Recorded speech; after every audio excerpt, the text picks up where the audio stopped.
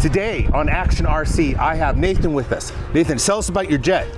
It's a Havoc SS by Elite Aerosport, and it's got a Sweetwood 190, and yeah. How many flights do you have on it? About like 100. 100? Wow. Well, you fly it fantastic. Thank you very much. Tell me about the fuel capacity that you have in here and how long you can fly. What do you usually set your transmitter to? I set my time to 7 minutes. 7 minutes? And I usually land at like 1 minute, and I still have half a tank. Okay, great. And tell me about your transmitter and your receiver. I got a DX18 and then just a regular Spectrum 20 channel receiver.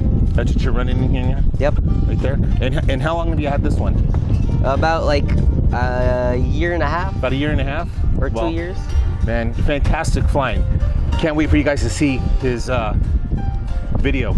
Awesome. Well, thank you, Nathan, for being on Action RC. No problem. Here comes the video.